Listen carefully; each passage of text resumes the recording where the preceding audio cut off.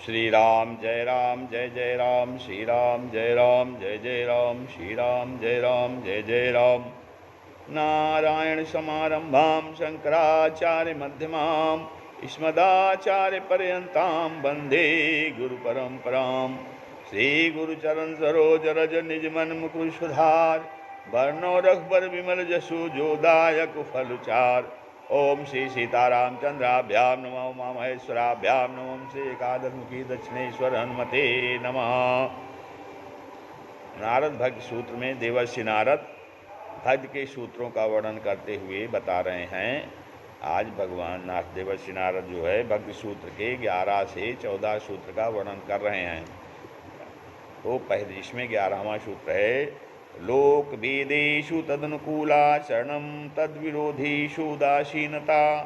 कहते हैं कि लोक वेदेषु, लोक और वेद में, तदनुकूलाचरणम, प्रेम साधन के अनुकूल आचरण करना। कहते हैं लोक और वेद में प्रेम साधन के अनुकूल आचरण करना, तद विरोधीषु उदासीनता, और उसके विरोधियों में उदासीनता।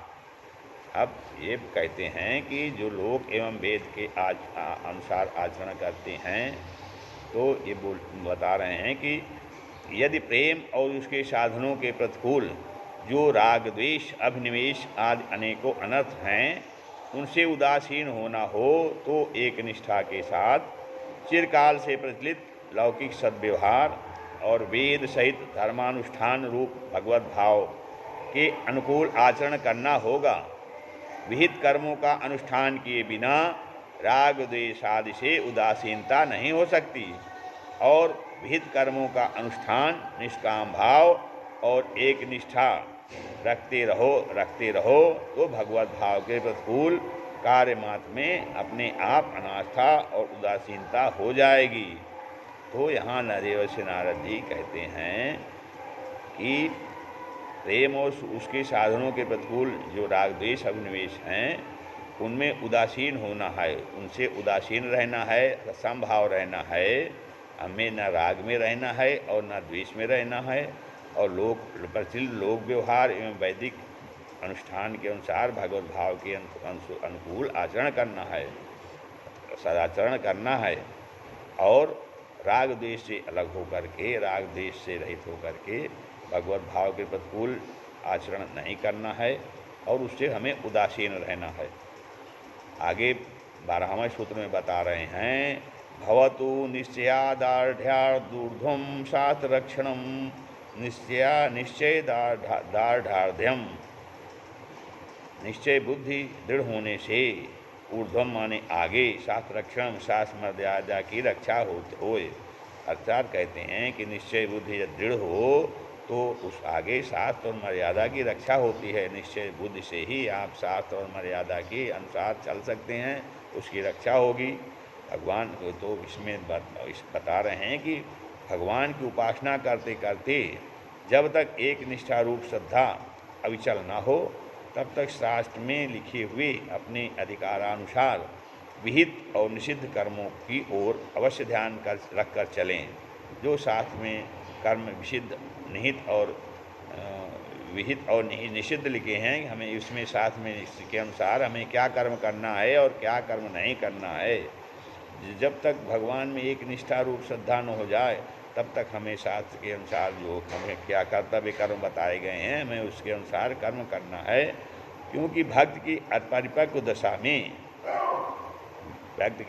जब भक्ति की अपरिपक्व दशा है, भक्ति परम अवस्था में नहीं पहुंची है, तो ऐसे में कर्मानुष्ठान पर अश्रद्धा करने से मन की मलिनता दूर नहीं होती। तो ऐसे में अगर हम कर्म के अनुष्ठान में अश्रद्धा करते हैं, जो बताए गए हैं शास्त्र में उसके अनुसार श्रद्धा नहीं करते हैं, तो हमारे मन की मलिनता दूर नहीं होगी, और वह मलिनता भक्ति को प्रबल नहीं होने देती। तो जो मन की मलिनता है, जब तक मन का मैल दूर नहीं होगा, तो हमारी भक्ति जो है वो प्रबल नहीं होगी, दृढ़ नहीं होगी। तो भक्ति साधन सिद्ध होने पर कर्मनिष्ठा अपने आप ही निवृत्त हो जाती है। जब भक्ति का साधन सिद्ध हो जाता है, तो जो कर्म की निष्ठा है वो अपने आप ही निवृत्त हो जाती है। इस कारण उस समय कर्म न करने से प्रत्यवाय नहीं होता है, कोई असुविधा नहीं होती है। और यदि कोई भक्ति का अधिकारी अपने अधिकार को दृढ़ करने के लिए फिर भी कर्म का अनुष्ठान करे तो उसमें कोई दोष भी नहीं है। जब उसको भक्ति का साधन सिद्ध हो जाता है, अर्थात उसको सिद्ध भक्त हो जाता है, तब भी यदि वो भक्ति का वो अधिकारी है फिर भी वह अपने अधिकार को और दृढ़ करने के लिए कर्म का अनुष्ठान करता है तो उसमें कोई दोष नहीं। भक्ति के सिद्ध होने पर भी यदि लोक और वेद शास्त्र अनुसार आचरण उसे करना ही चाहिए करता है तो उसमें कोई दोष नहीं होता है। लेकिन जब भक्त की सिद्ध हो जाता है तो उसके आचरण शास्त्र के विहित और निषिद्ध से ऊपर उठ जाते हैं, तीनों गुणों से ऊपर उठ जाते हैं। फिर आगे अगले सूत्र में देवर्षि नारद जी कहते हैं अन्यथा पातित्य संख्या, अन्यथा माने ऐसा न करने में पातित्य संख्या साधन से च्युत होने का संदेह है। और यदि ऐसा नहीं किया जाएगा तो आदमी तो साधन से च्युत हो जाएंगे, गिर जाएंगे, अलग हो जाएंगे। कहते हैं कि जैसे वृक्ष के नए पौधे से के मूल में जल न देने से उसका सूख जाना संभव है, जैसे कोई नया वृक्ष है उसको जल न दिया जाए जड़ में वो सूख जाता है, वैसे ही भक्ति रूप लता के रूप मूल में कर्म रूप जल से बिना सींचे उसके विनष्ट हो जाने की शंका है। वैसे ही जैसे भक्ति है उसमें भक्त के लिए कुछ कर्म बताए गए हैं, कर्म जल से जब उनको सींचा नहीं जाएगा तो वो विनष्ट हो जाएंगे। अर्थात जो लोक शास्त्रानुसार जो विहित और निषिद्ध कर्म हैं उनको करने से ही मन का मैल दूर होगा और भक्ति जो है भक्ति रूपी लता आगे बढ़ेगी। इस कारण भक्ति को दृढ़ करने के लिए शास्त्र विहित कर्म का अनुष्ठान अवश्य ही करना चाहिए। अब आगे कहते हैं देवेश नारद जी 15-14वें सूत्र में लोकोपि तावदेव किंतु भोजनादि व्यापारस त्वा शरीर धारणावधि। कहते हैं लोका अपि, लोकाचार भी तावदेव तब तक ही है, किंतु परंतु भोजनादि व्यवहार तो भोजनादि का व्यवहार तो शरीर धारणावधि, शरीर धारण पर्यंत है। कहते हैं लोकाचार भी तो तब तक है जब तक कि भक्ति दृढ़ नहीं हो जाती है, परंतु जो भोजन आदि का व्यवहार है वो तो शरीर धारण पर्यंत तक है। शरीर धारण करने के लिए भोजन आदि तो व्यवहार करना पड़ेगा। अब आगे बता रहे हैं कि लोकाचार मर्यादा का नियम भी श्रद्धा के दृढ़ता होने तक ही है। श्रद्धा दृढ़ हो जाने पर लोक मर्यादा की रक्षा न की जाए तो कोई हानि नहीं है, किंतु भोजनादि रूप लौकिक व्यवहार तो शरीर धारण पर्यंत होगा ही, कि भोजन आदि जो कार्य हैं वो तो करना पड़ेगा। यह नियम आश्रमी अधिकारियों के लिए है कि वह स्वधर्माचरण के द्वारा लोक मर्यादा की रक्षा करें। परिनिष्ठित अधिकारी को भी लोक शिक्षा के लिए लौकिक सदाचार का पालन करना चाहिए। मतलब लौकिक सदाचार लोक शिक्षा के लिए सभी मनुष्य अन्य लोगों को शिक्षा के लिए कि महाजनों ये निगता सपंथा, महान लोग महात्मा लोग जो आचरण करते हैं वही आचरण का लोग अनुसरण करेंगे। इसलिए लोक शिक्षा के लिए तो धर्माचरण के द्वारा लोक मर्यादा की रक्षा करनी चाहिए। परिनिष्ठित अधिकारी को भी लोक शिक्षा के लिए, परंतु निरपेक्ष अधिकारी के लिए कोई नियम नहीं है। वह लौकिक कर्माचरण के बिना शरीर धारण न कर सके तो लौकिक कर्मों का आचरण करे, और यदि लौकिक कर्मानुष्ठान के बिना ही शरीर धारण कर सके तो वह उसको भी त्याग सकता है। वो जैसे समझे वैसे करे। इतने ही लोग शंका करते हैं कि जब खाना पीना आदि कर्म ही इस सूत्र की रचना है तो भोजनादि व्यवहार शरीर में रक्षा मात्र के लिए है।